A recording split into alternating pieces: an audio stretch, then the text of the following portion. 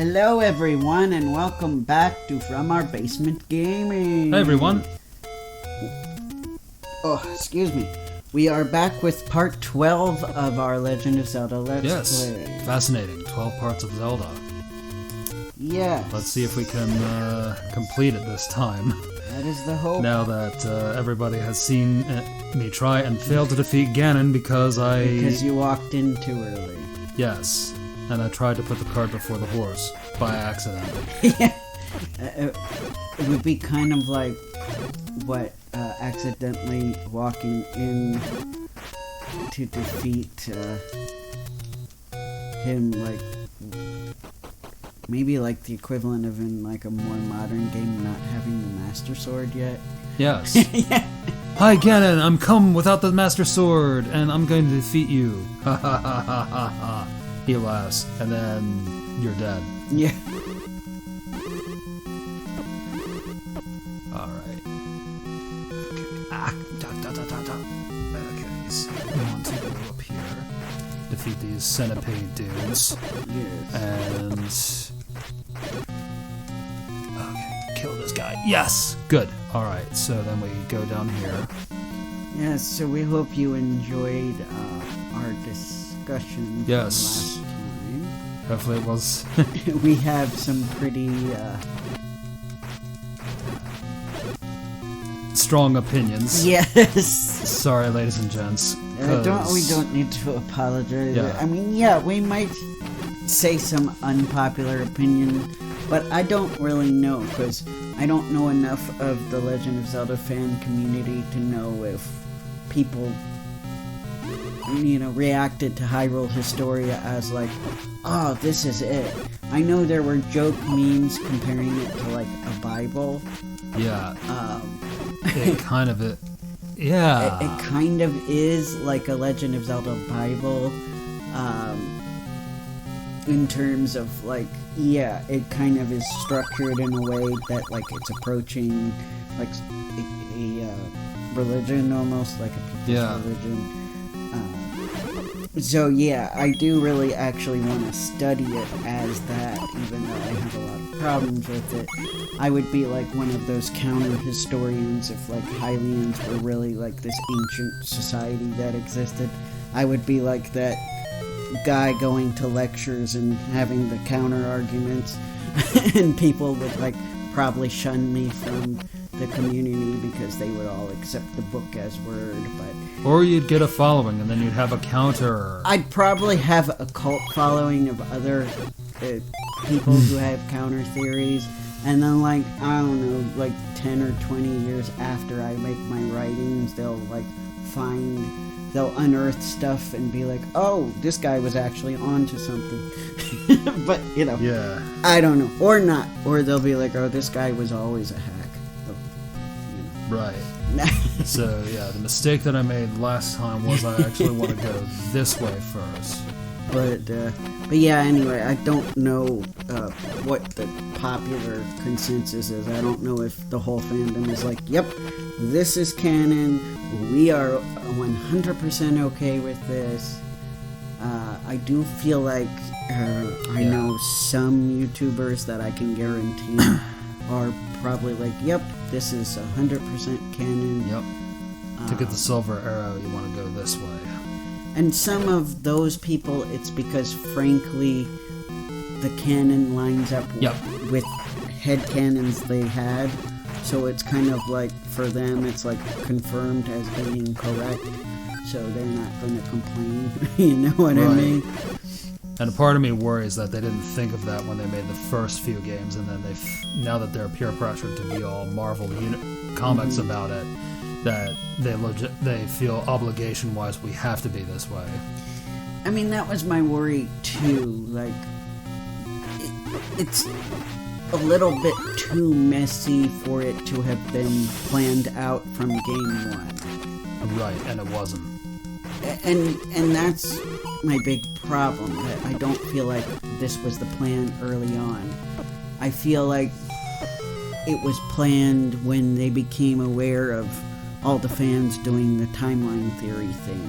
Yeah. Which was like a big thing in the Legend of Zelda fan community. Yep. There it is.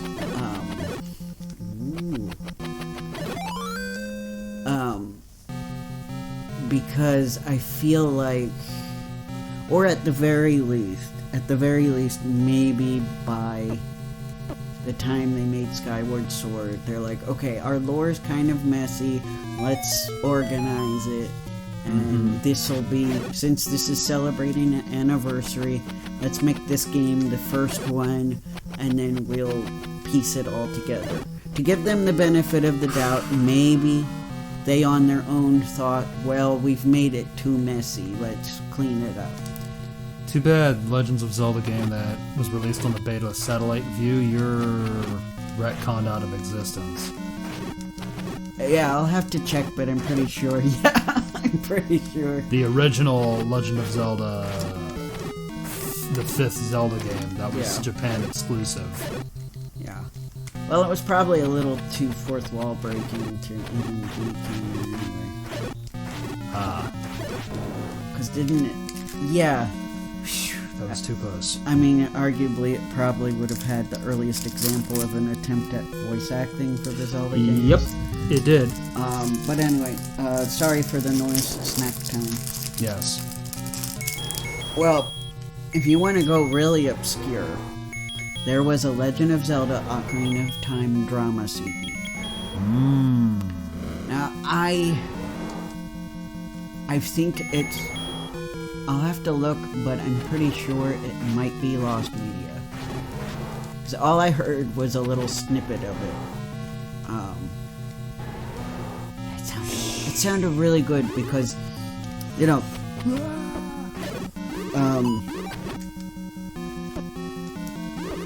Man, it's been so long that I'm forgetting his name. I always had his name committed to memory. Jun? No. Hold on. Connor just guessed the random first name of a voice actor that he knows I like. No, it's not the Lucius voice actor. Yes, I knew which one. Not Jun Fukuyama, no. I just don't want to say the wrong last name. I remember his first name. Understandable, buddy. Defeat this wizard, defeat that wizard. Not the wonderful Wizard of Oz. Does this bring it up? No, it just gave me really weird stuff. Okay. Good. Oh, no, I remember his name. Ah, good. What is it? Who's it?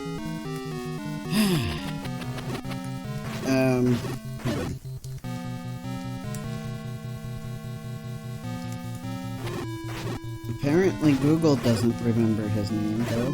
The Mystery Man who voiced Link. It's like... Nobuyuki Hiyama. Ooh. The man who voiced Link in Ocarina of Time. Adult Link.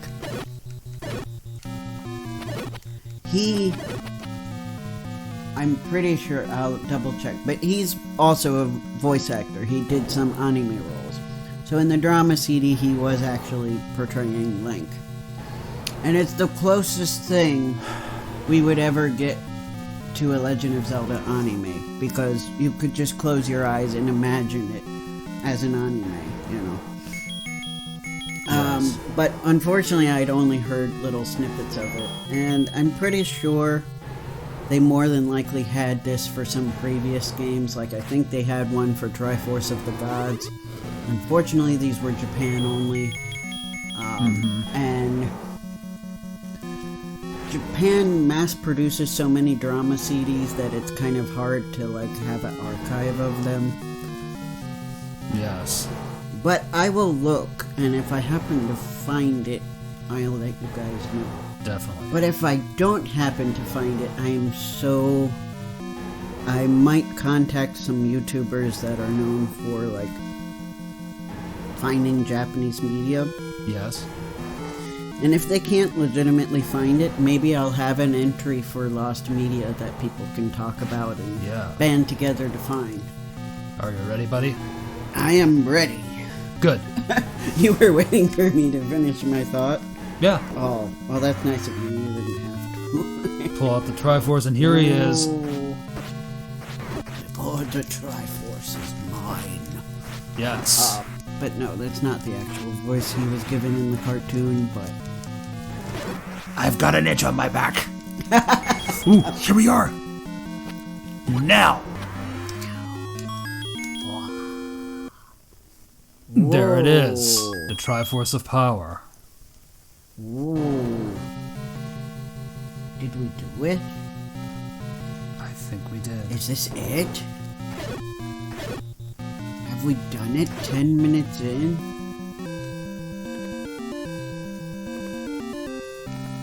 And there she is, ladies and gents. Yep. Zelda herself. Thanks, Link. You're the hero of Hyrule. And they both hold up the Triforces. Finally, peace returned to Hyrule. This ends the story. We did it. Executive producer H. Yamauchi. Ah! Oh, Yamauchi. Hello. Yeah, it's Miyamoto and Tenten. Yeah, it was always weird to me when they did first initial last name. Yeah. Another quest will start from here. Press the start button.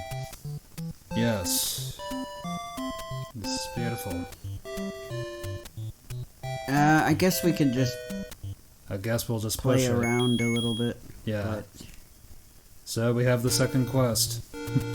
I mean, we won't complete it. Right. We're just like, we feel kind of bad giving you only 11 minutes of footage, so... Right. But this will give us a full second part to wrap up other ideas. Because it is interesting talking about the great Legends of Zelda. Mm-hmm. But I'll look, you know, it could be that they're actually archived, and I just... That you have to contact the right people and get the right... Yeah, because I'm not fluent in Japanese, so it's possible that they could be archived really well in Japanese. It's just been... You have to contact... Yeah, exactly. It's just been my experience that they're not very good at archiving drama CDs, especially in English. You know, like, even if they archive them in Japan, there aren't many English-speaking people that translate that or Right. talk about it much. I feel like American fans only say if it was released here, then that's what only counts. Yes? Yeah, sometimes, and sometimes I think it's a lack of interest in drama CDs. That too. Because other than, like, this special edition of, like, Code Geass, when Code Geass first came out, Yeah. where they translated one of the Code Geass drama CDs, there hasn't really been much effort to make English versions of the drama CDs for True. anime. I think it's kind of considered a niche thing, Yeah. and they just assume that most fans won't want the drama CDs, though I argue it's perfect because it's extra stories that they, you know, didn't animate or didn't have time to put anywhere. Right. Like like unrelated. I swear there was a whole episode of Love Hina again that only exists on the soundtrack. Yeah, and sometimes that happens too, like a episode they didn't finish, or you know, either because they didn't have time, or maybe the TV execs didn't like it. I don't know. Or they didn't have the network rights. Or was it an OVA? Right, or it could be... It could have been an OVA. I think Love Hina again was an OVA. So maybe they didn't have the financial budget to finish it. make it animated, and thus the finale of the series is audio only on the soundtrack. Which is a shame because it covers stuff that really would have made the Love Hina anime a lot more dramatic. Oh yeah. But anyway, and a lot of times I think it's also like covering things where like they didn't have the freedom to, like, for example, Gundam Wing. You guys like Gundam Wing, right? There is a sequel to Gundam Wing, and I'm not talking about Frozen Teardrop. Heck no. It exists only in drama CD. 3 episodes. Yep. And I feel like this is a case where, like, you know, execs were like, well, we're moving on to the next Gundam. Yes, Gundam X. Yeah, after War Gundam X. But they still had ideas for Wing. So what do? You get the official voice actors to record these 3 episodes via drama CD and release it. So the niche audience that wanted to have more Gundam Wing, you know, that Endless Waltz wasn't enough for them. And before the mess that was Frozen Teardrop came out, you know, they had that. Yeah. And I wouldn't have known about it except for the fact that I was in Japan and I saw this and I thought, oh, what's this? And I bought it thinking it was a soundtrack, found out it was a drama CD. So interesting. Yeah. So in a universe where Gundam Wing had 2 OVAs, that would have been animated. So yeah. Endless Waltz Forever, baby. Yes. I love that story. Which, by the way, Endless Waltz is an OVA, not a movie. We made it into a movie, but it's actually a, I believe, 2-episode OVA. Or was it 3? 3 episodes. That's right. It was a 3-episode OVA. So that's proof that the drama CD would have been an OVA, because that was 3 episodes as well. So. But anyway, it's that kind of thing. And it's nice because you can do a lot of things with it. You can explore characters more. Like the X drama CD, I swear, was, from what little I could understand, was kind of exploring more of the, like, inner workings of some of the characters, like Kamui. Oh, that's a complicated one. Yes. Unfortunately, very tragic story. Those of you who know X or X 1999. Yeah. I saw the movie. Does that count? The movie's based more on X 1999, where I think the anime was the first story, X. Which confuses me a little bit. Right. Like, I thought they were the same story, but apparently it went on hiatus for a while, and X 1999 is, like, continuing where they left off from their hiatus. Mm-hmm. And I think they kind of changed some things, too. I don't remember. But... Right. I confess, when I saw the movie one midnight on and at midnight, which is something that satellite cable used to have on the Action Channel, I saw the movie X, and based off of that franchise, and yeah, to be honest, I thought it was heartbreaking and tragic. Yeah, they both were, and it's interesting because I watched the series and you watched the movie. Yes. And thanks to that, we know that the movie was kind of like an alternate version of the TV show. Right, because that's conversations that weirded each other out, especially with my other circle of friends who'd be like, I'd say stuff that was in the movie, and they're like, that didn't happen. And I was like, what? And that's when talking with Kevin, he confirmed that they kind of played around with the story in the movie and thought, what would happen if this happened instead of that happening? And that radically changed the story. Right. Yeah, I mean, Clamps like that. You know, I think they kind of, like, have multiple ideas, and instead of just trashing the second one, they're like, oh, well, let's release that one too. Which is good. I like that. I do too. As long as it's made clear that they're 2 different versions, so you don't end up, fighting with your friends because you're like, Yeah. this happened this way. It was, Yeah. It's like, but I saw it. And I'm like, well, I saw it too. So, you know. Yeah. And I didn't have the luxury of having access to all the TV shows or the DVDs. Oh, I know. I literally was lucky enough to find a good price on it on Amazon. That's awesome, Back man. in the day. Yeah. That's really awesome. But yeah, both are tragic. I mean, Yeah, it's a sad story. if you want a happy-go-lucky Clamp story, go for something more like Cardcaptor Sakura, even though that has its dark moments too. Yeah. I would go for that one. Or like,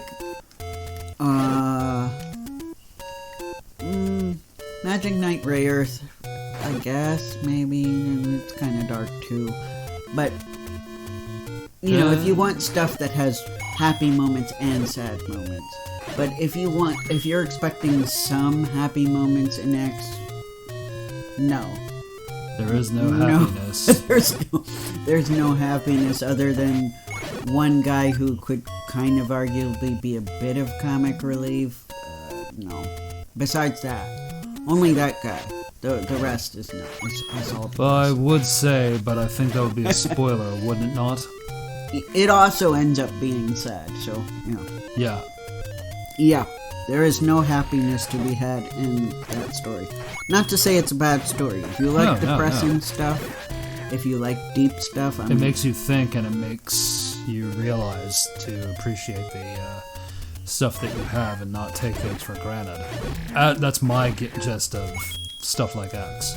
Well, if it has a message to it, I suppose something like that. Yeah. That and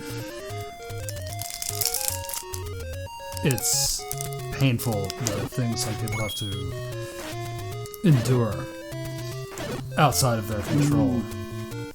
Well, it's kind of a theme that Clamp do a lot. Yeah. Where it's exploring the question of, can you choose your own destiny, or is destiny something that's predetermined? Where, like, no matter what you do, is your destiny already set in stone, or can you actually change your destiny? Which I feel like Tsubasa also kind of covers. Yeah. And really my only issues with Clamp stories sometimes is their answer to that question. Like, I like the question. I enjoy thinking about that. But I don't think we have the same answer. Right. But I won't say more than that because that would spoil it. It would be spoilers. But they're good stuff. If you like Clamp stuff already, definitely see them. If you haven't, I highly recommend Clamp. Yeah. What can I say? I loved CCS when I saw it the first time. Well, the Nelvina version of it back in 2000s. Right. Yeah, I was Chobits technically is a little more lighthearted. It is. It'll give you the feels, but you know. It does. Ah. Yeah, the skeletons are a lot formidable in the second quest. But yeah, when I was a teenager, I was really into dark anime, so that stuff was right up my alley. I hear you, bud.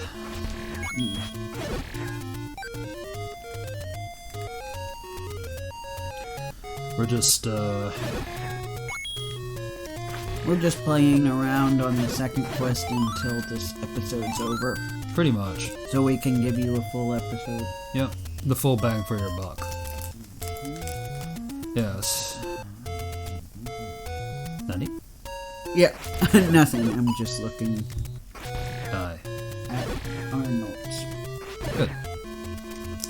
I know, you heard me going, Correct. What? What? I did hear that. What are you doing? What do you mean? Yeah. Is everything alright?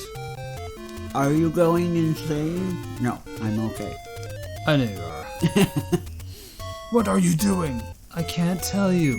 Where are you taking me? Oh, never mind. Yes. Why?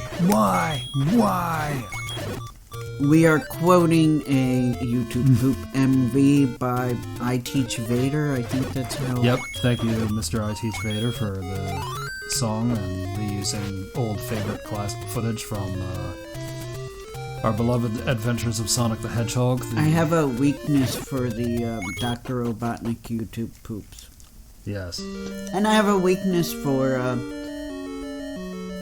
apparently YouTube poop MVs, especially those that are done by relatively comedic villains like Dr. Robotnik from Adventures of Sonic the Hedgehog and Dr. Neocortex from Crash Bandicoot. Yes. I didn't know those were things I would specifically be obsessed with, but apparently I am.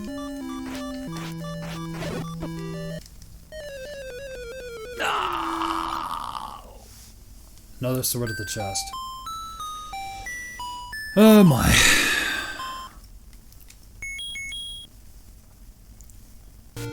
I'm just saving for kicks and giggles. Yes, good. Yep. But yeah, this is a favorite of mine, this game. Yeah, thank you guys so much for being here with us, and happy to share it with everyone. Yeah. Means we got it in even 12 parts. Yeah. Yeah. Buy something, will ya? Stop looking at stuff. Buy something already. Yeah.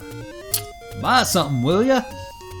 It's too expensive. Yeah. I need more rupees. Richard. Yes. Come back when you're richer.